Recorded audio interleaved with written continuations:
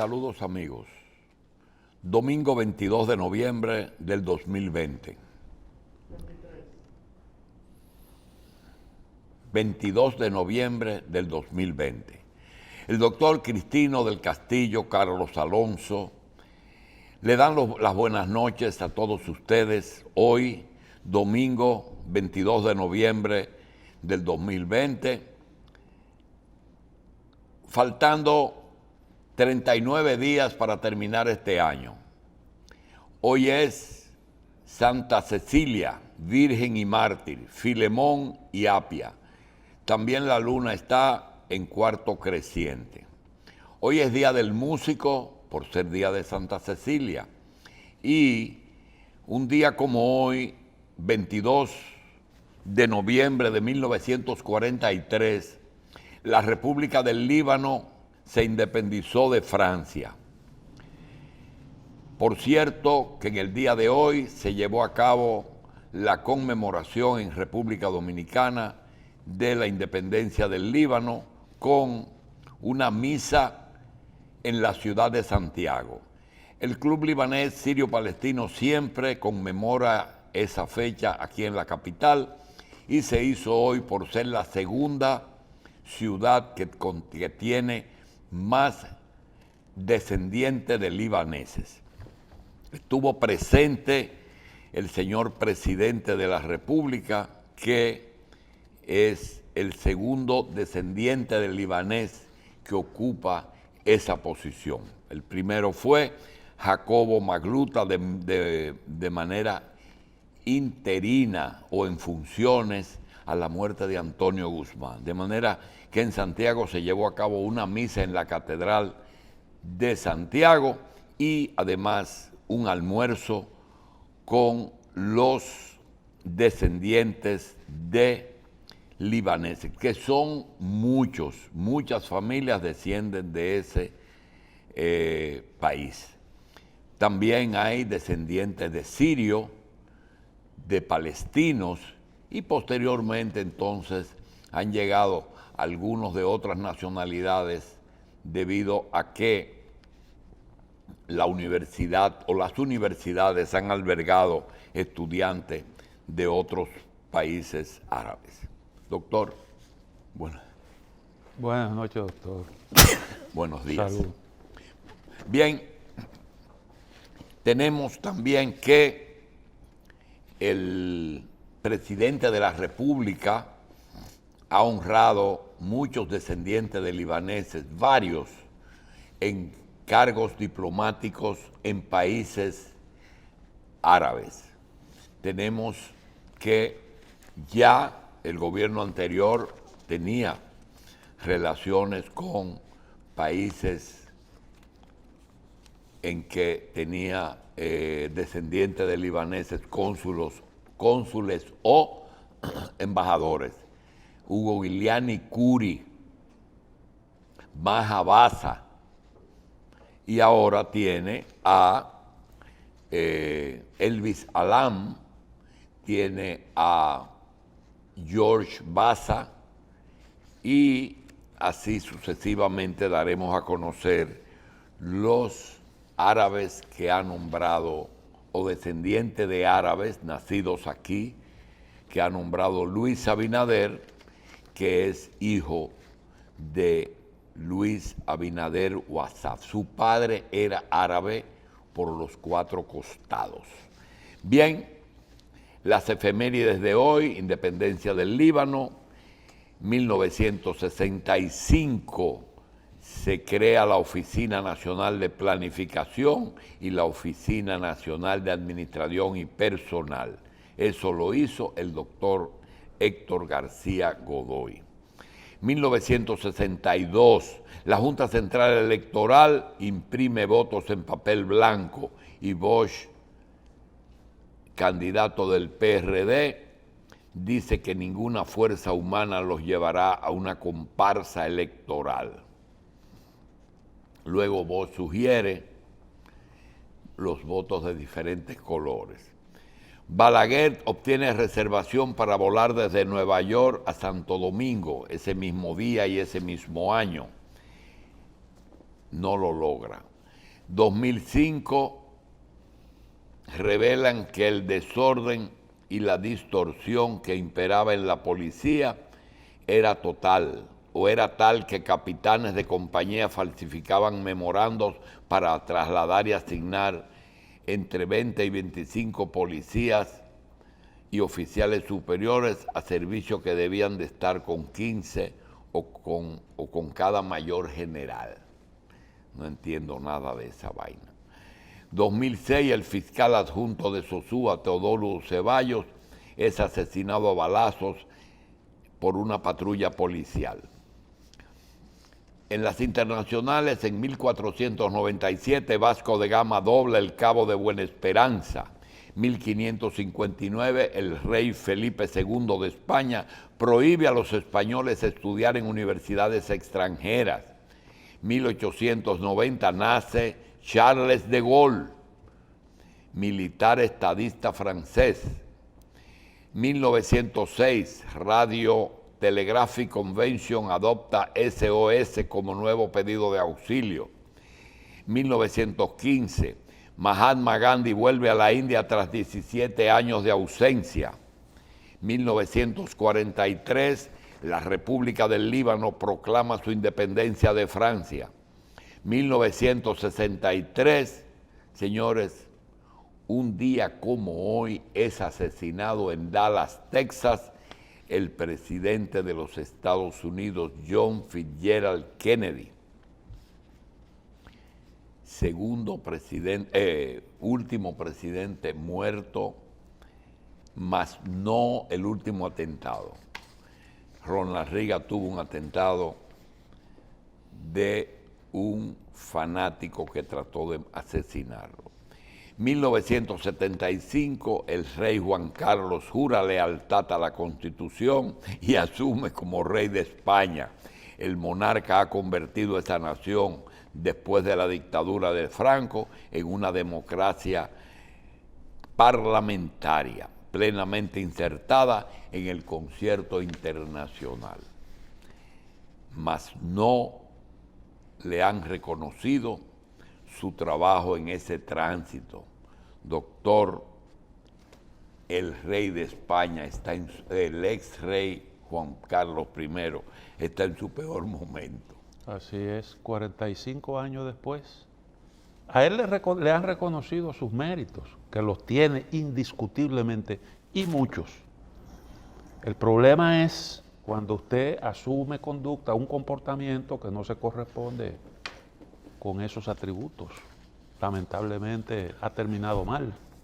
Doctor, lo que uno no se explica es cómo un monarca, que según el decir popular te dice, ese vive como un rey, una persona que lo tenga todo, que se lo suple el Estado hasta la muerte y a sus sucesores. ¿Por qué se metió en esos líos? Esa es otra de las cosas que tiene el dinero. Ese es el atractivo que tiene el dinero. Que a veces hay gente que ni siquiera lo necesitan, pero quieren atesorarlo, quieren acumularlo. ¿Cuál fue el asunto? ¿Se metió a hacer cabildeo? Él hace mucho tiempo que estaba en eso, pero mucho tiempo. Y todo el mundo sabía que él estaba en eso. Pero él fue cabildero con una empresa. Unión Fenosa. Unión Fenosa, sí. Él participó de eso. En la y hacía tiempo que se venía diciendo eso, tras bastidores. Ahora aparecieron las pruebas. Aparecieron pruebas. Que él tenía un club de españoles en el exterior con el que él hacía negocios también, no solamente con los árabes, sino españoles ricos que le hacían gestiones a él de colocación de depósitos. Él traficaba con influencia. Exacto. Es así. Él traficaba con influencia. Y él, incluso al yerno, lo ayudaba con instituciones. Sí, eso está documentado. Eso fue uno de los escándalos. Una pregunta, doctor. Su hijo Felipe VI no se vio envuelto en nada. Hasta ahora mismo no. Si no se hubiera caído la corona. Pero una hermana sí, ¿verdad? Sí. O el esposo. El esposo y la hermana se descubrió que tenía algo ahí que ver, pero los tribunales decidieron que ella no tenía responsabilidad ninguna. Pero eso se estuvo investigando.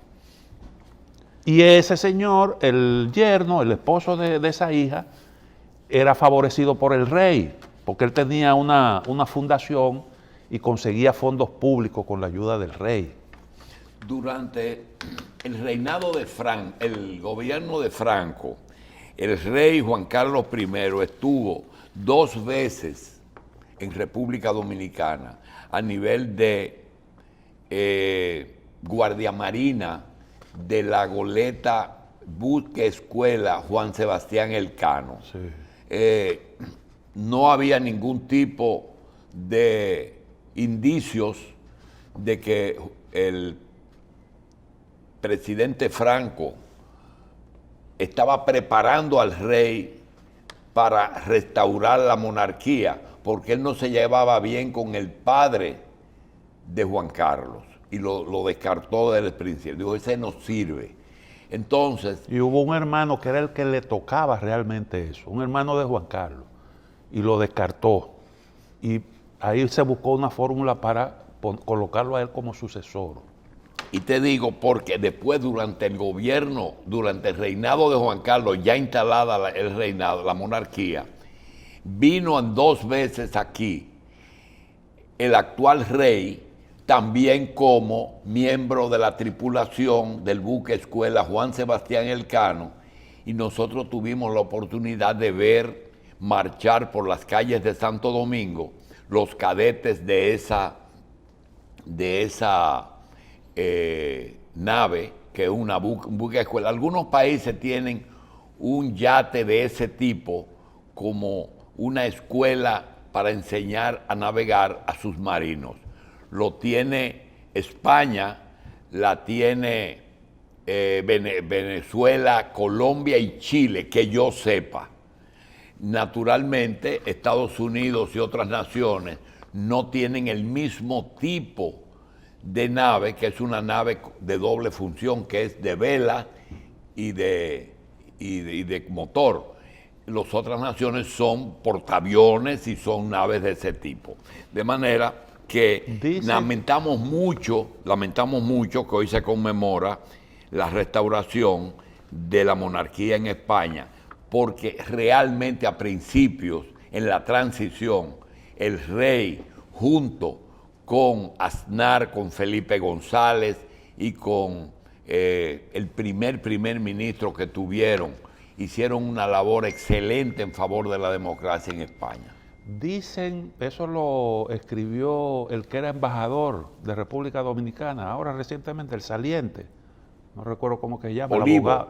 el abogado, Rodrigo Huerta, que cuando él estuvo aquí, conversó con Balaguer, y Balaguer lo aconsejó, él le pidió consejo a Balaguer sobre la transición, cómo manejar eso. Pero el rey Juan Carlos... Sí, consultó a Balaguer sobre los problemas de la transición española. Y los consejos de Balaguer fueron muy útiles en ese proceso. Eso cuenta... ¿Se lo contó el rey a No, Olivo parece Huerta? que él investigó. Ya. Él investigó. Bien. Estando allá de embajador. Otra efeméride de hoy es que en 1989 son asesinados en Beirut el presidente del Líbano, René Mawad, y 14 personas más al estallar un artefacto, justamente el día de la independencia. En 1990 renunció la primera ministra Margaret Thatcher. Margaret Thatcher, junto con Ronald Reagan y el Papa Juan Pablo I, fueron los grandes arquitectos que llevaron a cabo el cambio en los países socialistas. ¿Tú recuerdas?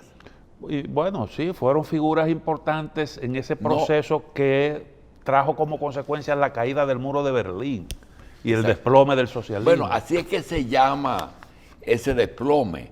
Pero yo quiero preguntarte, esos señores y Gorbachov fueron los que hicieron eso.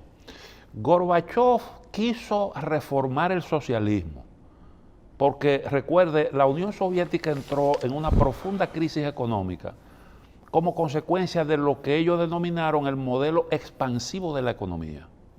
Usted iba, por ejemplo, a ciudades importantes de Unión Soviética y veía un montón de grúas y cosas, construyendo un montón de obras simultáneamente. Y entonces eso prolongó el retorno, la tasa de retorno de cada proyecto. Entonces vino en medio de esa situación una caída estrepitosa de los precios de la materia prima, sobre todo el petróleo que exportaba. Se cayeron los ingresos y entonces entraron en una profunda crisis. Gorbachov quiso introducir las reglas del mercado en la economía para dinamizarla. Doctor, ¿y Yeltsin qué papel juega? O sea, el que capitalizó ese proceso. Ya, sí, es el que termina y decide. Yeltsin era el presidente de la Federación Rusa. Y él, cuando la gente lo que hace es que reacciona, Gorbachov quiso reformar el socialismo y la gente, y entonces promovió la apertura, lo que él denominaba glasnost, y entonces eso lo que provocó fue el estímulo a la participación, que la gente participara, pero para sacarlo a él. ¿Cuántos países eran de la URSS? No, eran 15 repúblicas independientes. ¿Quién es el jefe de Estado cuando le dicen ya son libres? ¿Yeltsin o Gorbachov? Gorbachov era el presidente de la federación. Sí. Y Yeltsin era el presidente de la Federación Rusa. Rusia era una república dentro de la Unión Soviética. ¿Qué es como se queda la ahora? Más grande. ¿Qué es como se queda? Entonces Gorbachov se quedó sin empleo porque la Unión Soviética como tal dejó de existir. Y entonces no fue un acto específico, fue que lo dejaron libres. Ellos cada uno tomó su camino. No, cuando se produjo el quiebre, cada quien comenzó a declarar su independencia. Doctor, y como la cultura y las raíces de esos 15 o 11, 15. de esos 15 países, se mantuvieron durante todo el sistema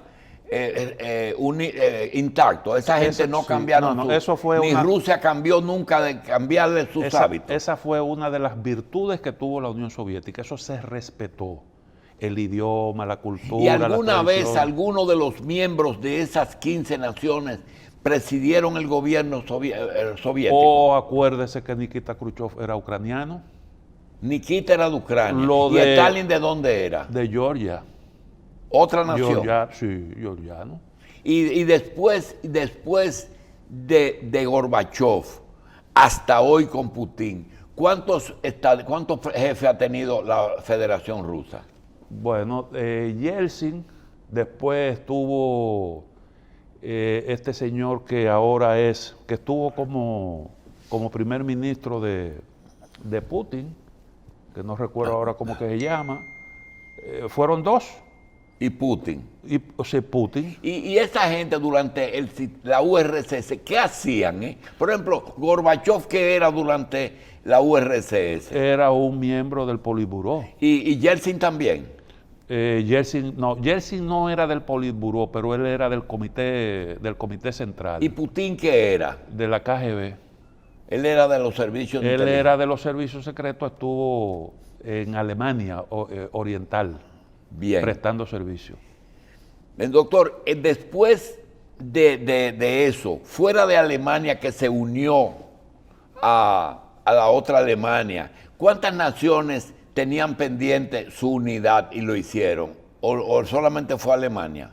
No, que yo sepa, solo que recuerde solo Alemania, que quedó dividida como consecuencia de la Segunda Guerra Mundial. Doctor, ¿Austria pertenecía a la URSS? No. Finlandia sí. Finlandia sí. Finlandia era parte sí, era. Y todas era parte. Y todas esas TAN de Asia eran parte. Sí, Uzbekistán, Tayikistán. Pero no Afganistán. No, Afganistán no. Ni Turquestán. No, Turquestán sí. No, eso es. Un pueblo. Había una república, Dagestán, pero eso era una pequeña república dentro de... Siberia siempre fue de la Federación Rusa. Sí. Siberia nunca fue una independencia. No. Bien, entonces, usted ha aportado algo bueno, y es que yo estaba medio perdido. Hungría, Polonia, esos eran de la Federación Rusa. No, no. Hungría, Polonia, todos esos son territorios de Europa del Este. Checoslovaquia. Y esa gente eran, por ejemplo, Tito, eso eran independencias. Y es claro, Yugoslavia, Tito era Entonces, eso no presidente estaban de en los 15 países. No, no, no, no. No, Pero ellos tenían incidencia. No, pero eso era parte. La Federación, la Unión de Repúblicas Socialistas Soviéticas eran 15. Sí. Y están esas repúblicas que usted menciona, la TAN y la Ucrania. Y Alemania Oriental era de la URSS. No, no, no, no. Entonces, eso era Alemania, perdón, eso era... Alemania Oriental, Sí. Polonia, Hungría, Yugoslavia y Rumanía. Eso no y era. Checoslovaquia no eran. ¿Y bajo qué? No, Polonia. eran países socialistas. Eran países pero socialistas. ¿por qué una vez, por ejemplo, Rusia vaya aplasta a... Lo que pasa es que eran parte del sistema socialista y lo que quebró, lo que sucumbió fue el sistema socialista. No, yo me refiero cuando la Rusia vaya a plata con tanques, Hungría. Ah, bueno, porque por muchísimas razones. Ahí siempre se alegó que habían acuerdos de defensa mutuos. Esos eran países parte del Pacto de Varsovia. Ah, ya. El Pacto de Varsovia. Y Tito tenía buenas relaciones con Stalin. En los últimos tiempos no, era una de las repúblicas más independientes dentro de Europa del Este. Okay. Porque ellos incluso eran miembros del Fondo Monetario Okay. Internacional. Hablando entonces de la URSS, ¿por qué ellos eran tan avanzados en tecnología espacial y sin embargo no podían hacer un pantalón bien hecho? Eso era lo que yo me encontraba. ¿Y cuál era el secreto? Bueno, eso yo creo, yo se lo atribuyo a la necesidad a unos esfuerzos especiales que se hicieron ahí. Ellos, por ejemplo, tuvieron la necesidad de defenderse, desarrollaron la industria pesada. Y tenía un lugar donde preparaban esa gente científicamente. Sí, claro. Porque yo me digo, tenían buenos ingenieros. usted dice un pantalón, pero yo me voy más lejos. No hicieron un carro. No hicieron un carro hicieron un carro mediocre y con tecnología italiana, porque eso era tecnología y con un camión lo hacían muy tosco también. Exactamente. Pero entonces subían al espacio. Pero exactamente. Y tenían equipo pesado que era muy bueno. Equipo pesado muy bueno. En eso ellos eran buenos. Ahora tenían problemas con industria ligera, la confección de ropa y ese calzado y ese tipo de cosas. Entonces Lada tuvieron que ir a Italia a buscar el Fiat. Tuvieron que ir a buscar exactamente, porque esa familia Lada es familia de Fiat, es con tecnología de la Fiat. Y estos países socialistas que ya mencionamos, Polonia, Hungría, Checoslovaquia, que después, ¿por qué coincide con la caída del socialismo? Donde entonces se hace la República Checa y entonces vienen los países de Yugoslavia, que son ¿cuántos? 4 o 5. Sí, Serbia, Montenegro. Eso tiene que ver con la caída del socialismo. Sí, lo que pasa es ¿O fueron dos procesos diferentes? Cuando se cae el socialismo, viene entonces un proceso, eso lo impulsó Bill Clinton con la OTAN, un proceso de reorganización geopolítica de toda Europa del Este. ¿Por qué? Porque Varsovia era el socialista y OTAN era el capitalista. Sí, exactamente. Y Estados Unidos era el jefe de la OTAN. Sí, claro. Que fue la presencia que ellos tuvieron en la Segunda Guerra en Europa que se quedó pendiente. Se conformó ese bloque militar. Bien. Entonces, ese proceso de reorganización geopolítica que yo le decía tiene que ver con la dependencia que tenían esos países de tecnología rusa o soviética de aquel entonces. Y eso había que cambiarlo. Fíjese que después de ese proceso jamás ha vuelto por aquí, por estos lados, un yugo. No. Jamás. ¿Por qué? Bueno, porque eso sencillamente a Yugoslavia la convirtieron en un comprador de los vehículos europeos, los Mercedes alemanes, los Peugeot y todos los vehículos que fabrican los europeos. Doctor, ¿y cuándo es que Alemania Occidental decía asumir tanto Alemania Oriental que hasta la Merkel era de Alemania Oriental? Fue una integración real, ¿verdad? Sí, claro, porque eso era un mismo pueblo. Eso era un mismo pueblo separado por una guerra. Y los alemanes del este... Porque el muro era en Berlín que estaba. Sí, exactamente. Los alemanes del este realmente en su gran mayoría no querían esa división y eso se comprobó. Bien, el reinado de la Thatcher y el gobierno de la Merkel nunca coincidieron, ¿verdad? No, Porque la Thatcher renunció en el 90 y la Merkel llega en el 2005, ¿verdad? Claro, claro. Cuando la Thatcher creo que era Schroeder que estaba, si mal no recuerdo. Bien, doctor, finalmente, el resultado de la caída primero del muro de Berlín y luego de los países socialistas, ¿produjo un efecto positivo en Europa? Yo diría que muy negativo. En cierta medida, lo que estamos viendo ahora, incluyendo ese episodio en Estados Unidos, que es la presidencia de Donald Trump, tiene que ver con eso. ¿Por qué?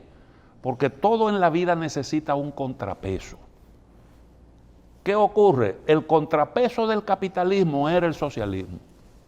Y desde que cae el socialismo, entonces, pues ahí se produce una especie de euforia liberal o neoliberal, como usted le quiera llamar, y se llega a pensar que ya se había, como proclamó Francis Fukuyama, el triunfo del liberalismo sobre el socialismo, y no tenía ya ningún tipo de competencia. Y bueno, ahí se perdió sencillamente el referente. Ahí se perdió el referente y eso es lo que entiendo yo que ha contribuido a que el capitalismo adopte su peor cara y que se produzca ahí unos niveles de insatisfacción tan grandes y una concentración de la riqueza tan grande que entonces hay una parte importante de la población, en Estados Unidos incluidos. Recuerden que Estados Unidos era un país que el grueso de la población lo consideraba el país de las oportunidades y eso dejó de percibirse así. Y entonces la gente utilizó a Donald Trump para expresar su inconformidad. Y eso es lo que estamos viviendo. Eso no solo ha afectado a Estados Unidos, eso ha afectado a España, ha afectado a Francia, ha afectado a toda Europa. ¿Hasta dónde llega el poder de Alemania en el resto de los países de Europa? ¿Y hasta dónde llega el poder de Estados Unidos en Europa? Si es que hay un poder económico allá y político con Estados Unidos. Por ejemplo, dos preguntas. El tema del Brexit, la entrada o salida de Inglaterra, ¿de qué depende? Y segundo, ¿por qué a Alemania no se le permite su ejército todavía? Lo que pasa es que, bueno, el Brexit, sí, le llaman así a la salida de Gran Bretaña de la Unión Europea. ¿Por qué se produce eso? Por un malestar que había entre la población británica, entre otras cosas, porque los británicos querían manejar algunos asuntos, como era el tema de las migraciones, porque los británicos tienen unos altos estándares de vida, y desde que un extranjero llega y se establece ahí, tú tienes que garantizarle eso. ¿Tú me quieres decir que la entrada disminuye los beneficios, le costaría al inglés mucho asumir ese acuerdo? Sí, sí. Porque tiende a igualar a todo el mundo. Es decir, que si llega un griego, le ponen el mismo nivel de un británico. Hay que garantizarle ese nivel de vida. Entonces, en la Unión Europea, cuando se produce la crisis de los refugiados, toda esa gente que fue de Oriente Medio para Europa, esa fila de embarcaciones cargadas de refugiados, ellos comenzaron a repartir esos refugiados entre las distintas naciones. Y los británicicos plantearon, nosotros queremos manejar el tema migratorio, que nos permitan manejarlo nosotros. Y la Unión Europea le dijo que ese era un asunto. Entonces, que había... el migratorio es un tema de discusión. Un tema importante. ¿Y la libra esterlina? No, ellos nunca aceptaron el euro. como dice el chiste, ni el guía de la izquierda ni la libra esterlina ellos la negociaron. No negociaron. No uniformalizaron su caso. No. Ni el tratado de Schengen tampoco. Bien. Doctor, vamos a seguir con las efemérides, que hemos hecho un programa. Ahora, un lo de poquito Alemania, usted me preguntaba. el rearme alemán. El asunto es que Alemania siempre ha estado discutiendo, los europeos han estado discutiendo la necesidad de crear un sistema de defensa, una especie de ejército europeo Común. al margen de Estados Unidos, porque ellos en materia de seguridad dependen de Estados Unidos. Todavía Estados Unidos tiene presencia Sí. Y entonces Donald Trump cuando llega le dice, miren, si ustedes quieren seguridad, porque Donald Trump pensaba como un empresario siendo presidente, sí. si ustedes quieren seguridad, páguenla. Y esa fue una de las contradicciones que tuvieron. ¿Y por qué no lo dejó libre? No, lo que pasa Cuídense es que, ustedes. bueno, esa era su posición, por eso usted ve que él se repliega un poco y prácticamente abandona la OTAN. Y él no sabía que ese compromiso de mantener la seguridad implicaba beneficios económicos para Estados Unidos. Esa es una buena observación. Además, hay una cosa, el presupuesto militar que dedicaría Alemania a hacer su ejército, lo están usando en otra cosa. Eso es lo que sostiene Trump. Ajá. Eso es lo que dice Trump. Nosotros pagamos, ¿verdad? Los soldados, ponemos las armas y todas esas cosas.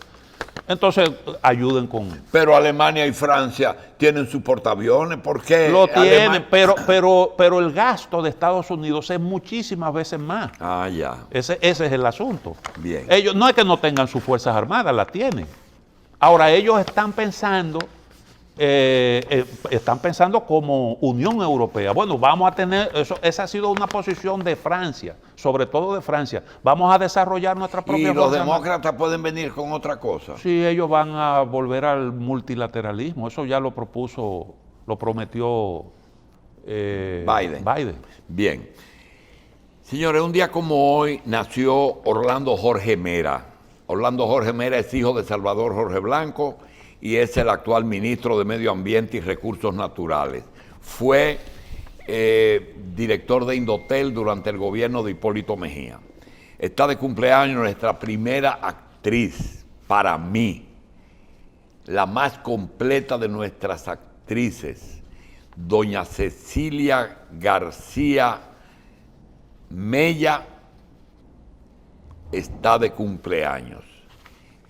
Fue esposa de Atuey de Camps y tengo entendido que es la madre del actual ministro de Trabajo.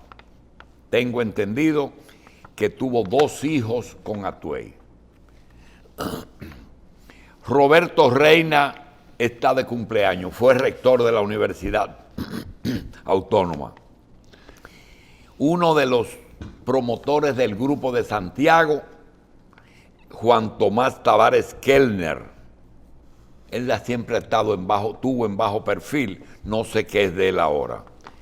Y se salvó en tablitas. Está de cumpleaños don Carlos Manuel Alonso y Abreu, que ha declarado semana aniversaria. Va a tener fiesta hoy y mañana a Carlos Alonso, un joven modelo de nuestra sociedad y de nuestra radiodifusión. Abrazos a Carlos y pronto llegará un Ferrari nuevo a la puerta de su casa, ¿verdad? Usted me preguntaba de cuántos presidentes ha tenido Rusia después de Yeltsin. Ahora me recuerdo, el nombre es Medvedev. Fue el que sucedió a Yeltsin y después vino Putin y lo puso a él como primer ministro. Y después entonces lo puso presidente y para él volver. Después de Yeltsin, esos dos, exactamente. Andrés Lora, Cecilia del Carmen Victoria, Cecilio Pérez. Esos Cecilios son porque hoy es día de Santa Cecilia y nacieron un día de Santa Cecilia. También Orlando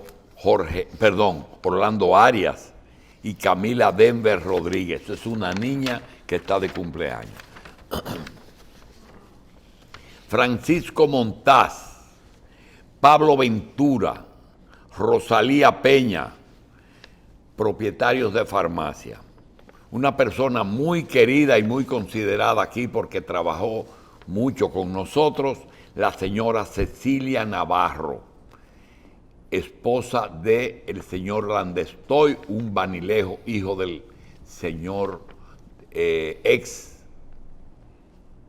alcalde de Baní. También está de cumpleaños mi querida amiga, mi querida pariente, Minú Torres de Musa. Minú Torres es la esposa de Jesús Musa Jacín. Minú Torres fue ministra administrativa de la presidencia del gobierno del 86 de Balaguer. Cuando Balaguer decidió innovar, renovar su gente, pues optó por el señor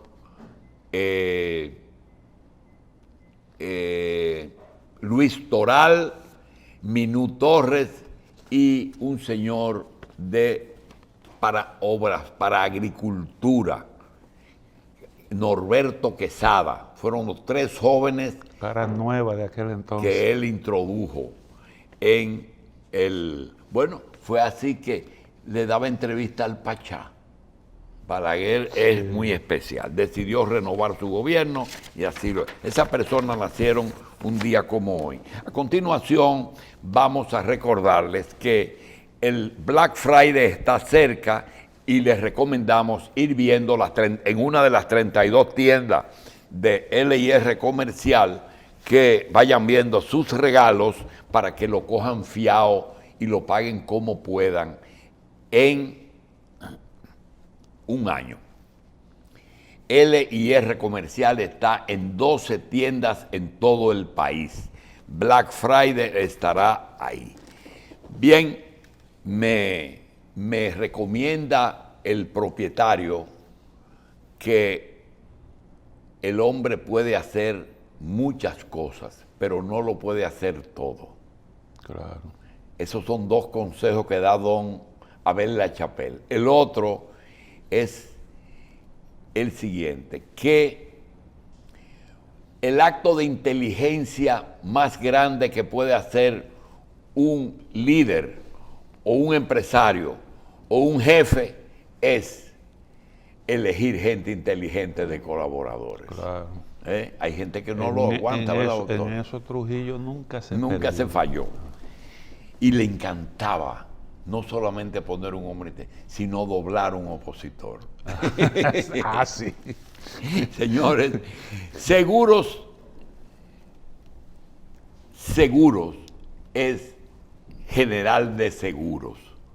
Ahora está en Santo Domingo Este, tranquilamente seguros. La General de Seguros está estrenando su sucursal de zona oriental y seguimos creciendo. La empresa de mayor crecimiento. Quiero hacer un comentario con respecto a la publicidad. Veo que hay un estilo de algunos medios de que sus lectores o sus colaboradores cooperen con una suma para el mantenimiento, porque la situación de los medios se ha puesto difícil. Nosotros queremos decir directamente, miren, si el doctor del Castillo o cualquiera de los miembros de la revista camina por las calles, se encuentra una expresión muy común: te veo, te sigo, todas las mañanas, todas las tardes, todas las noches, en horas extras, te vemos. Y nosotros le decimos, ustedes saben que los que ven la revista pertenecen a todos los estamentos sociales, gente de poder, gente de influencia, gente de decisión, pero gente que consume. Si usted tiene productos que quiere que se vendan, porque ahora hay que trabajar y hay que vender, porque el país no puede quedarse esperando que se acabe la pandemia. Miren, sabemos que el gobierno está de moda y sabemos que Luis Abinader lo está haciendo lo mejor que le permiten sus fuerzas. Nosotros queremos decirle, mire, si usted compara lo que se hizo en el gobierno pasado, se va a dar cuenta que también se hizo lo imposible por mantener el país activo.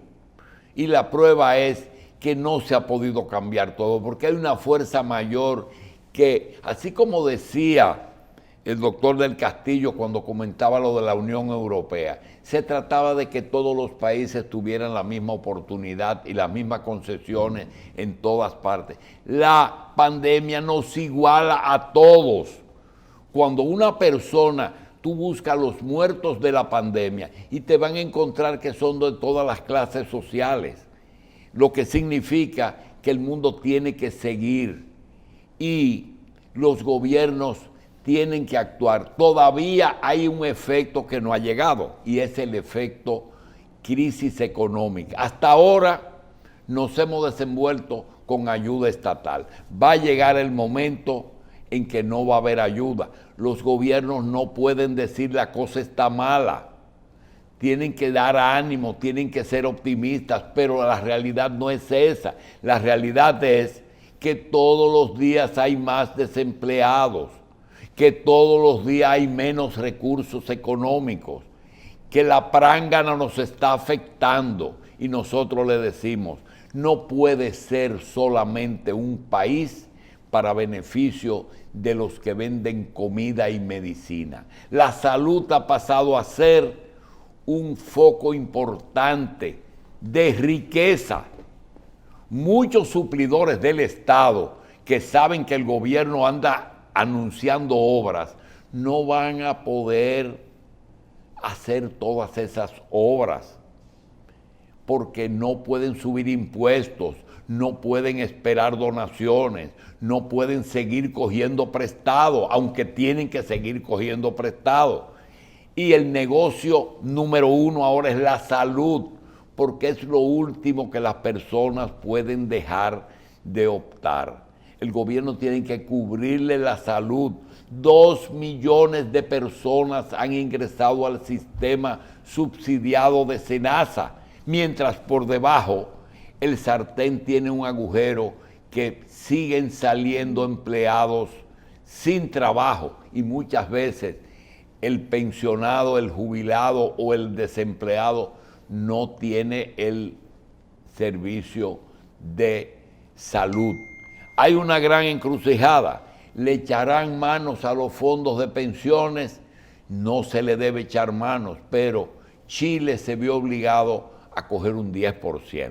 Ustedes van a ver aquí que van a tener que coger un 10%, porque es lo menos que una AFP puede dar, lo otro lo tienen invertido. La situación es difícil y concluimos diciendo, si usted quiere vender, coloque sus promociones en los medios que venden. Le van a decir, ya, las redes son los que venden. No, las redes lo ven los que no tienen nada que hacer y los que no tienen que adquirir. Televisión, radio y prensa escrita siguen siendo los medios que se utilizan para las personas que compran lo que se necesitan, incluyendo comida, salud y seguridad. De manera que piense en que los productos que se anuncian aquí, consúmalos. Consuma los productos que se anuncian en las revistas y en horas extras. Y además de consumirlos, si tiene algo que anunciarle al país, anúncialo aquí, que la gente lo ve aunque no estemos en las encuestas, porque es parte del truco, no poner la revista en las encuestas y poner negocios o medios que realmente son muy exclusivos. ¿Cuál es el éxito de la revista? Es sencillamente que se le da oportunidad a todo el mundo. De manera que esas empresas, como la General de Seguros, Disfármaco, son las dos empresas que más han crecido, no son las número uno, pero son las que más han crecido. L&R es la número 1 en tiendas de electrodomésticos y muebles a crédito. Vayan. Anthony's es el que te vende las ropas.